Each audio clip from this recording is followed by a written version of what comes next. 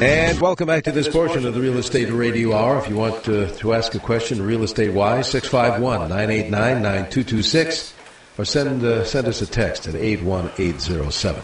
Guys, we promised Julie in Minneapolis she'd be first here out of the chute. Julie, thanks for waiting. What's your question, please? Hi, just a quick question. I'll hang up and listen. See, I'm really dying of curiosity about something, you guys. I remember reading several years ago in the paper that Senator Norm Coleman had refinanced his house 16 times. It was either 16 or 17 times. And so I was kind of floored because I was, kind of ignorant of the whole process.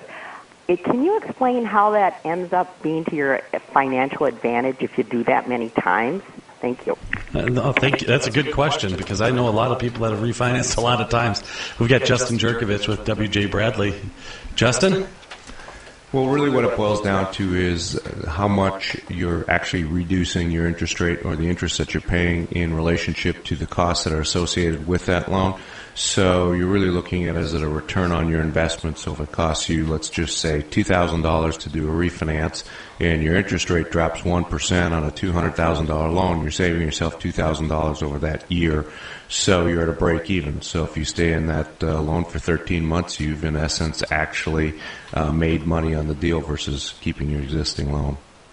Yeah, and I know a long time ago, and I don't know Norm Coleman's situation, but that equities were changing too, and that maybe someone had, only 5% down and maybe they refinanced they had 10% equity because the values went up and then they had 20%.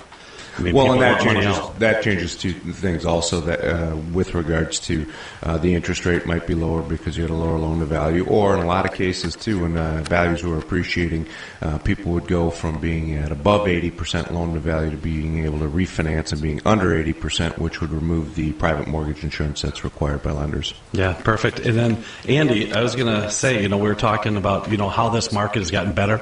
Garth mentioned the fact that inventories are a little lower. And obviously interest rates. But I think the other part is that there's a lot of better loan programs now. I mean, you guys really kind of tightened it up, and now it's kind of getting expanded again as we're finding out what's happening here.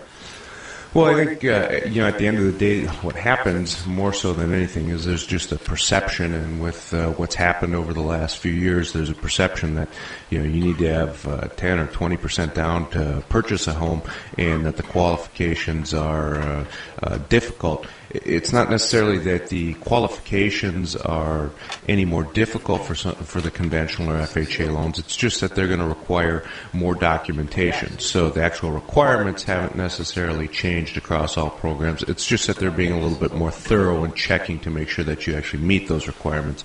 So yeah, it is actually the case. I mean, right now with the programs that are out there, you've got borrowers that you don't need a 700 or an 800 credit score to buy a home with only 3 or 5% down. I mean, there's a lot of programs out there, so don't be afraid to ask the question and take a look.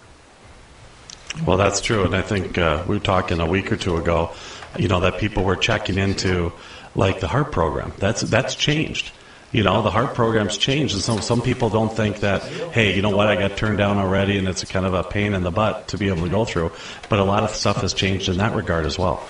Well, the one thing about the HARP program that is really difficult for the consumer to differentiate is they call up their bank, and the bank says, well, you don't qualify for this particular program. Well, what they don't realize is, depending on the institution they're dealing with, they have their own individual overlays, is what we refer to them as meaning additional guidelines above and beyond what the actual HARP program calls for. There are only, there's just a few lenders that actually, quote unquote, offer the program in its entirety as advertised by the government. So that's why you can't just say, oh, I don't qualify. You've got to go and you've got to ask different lenders. I can say W.J. Bradley does proudly offer it with no overlays. So I know if you're out there and you have been turned down, feel free to give us a call about it. And you can give us a call, too, 651-989-9226 for your real estate question to get answered, or send a text, 81807. Diane in Maplewood is on CCO. Go ahead, Diane. Good morning. Morning. I've just closed on a townhome in Oakdale, and I was given the bylaws and the declarations.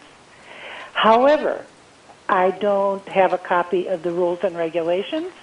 I don't know who's on the board. I don't know when the board meets. I don't know when is their annual meeting. shouldn't I have gotten all this sort of thing at closing? Actually, you probably should have got that at the beginning when you had the chance to review the association and the documents. Yeah, you have a 10-day right of rescission after you receive all those documents to review them to make sure they make sense financially and make sure the association is actually not defunct or out of money. So, yeah, that should have happened earlier in the process than at closing even. So I would go back to you. Did you use a real estate agent, Diane? Well, my real estate agent obviously doesn't know enough. Impossible, Diane. We're all highly educated. I'm teasing you, of course. Your agent wasn't Andy Prasky, was it? No, Mom would call the show. Yeah. I don't want to go to my agent because I don't really think he's knowledgeable enough.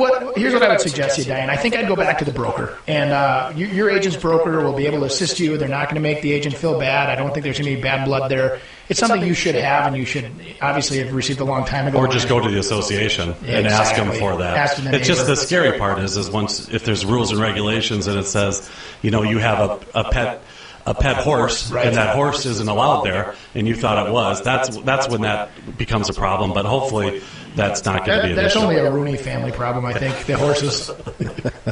Okay. Sorry, I'm being a little sassy today. Sorry. Right. That's why we've moved you over to the corner. Into the corner. 651-989-9226. 651-989-9226.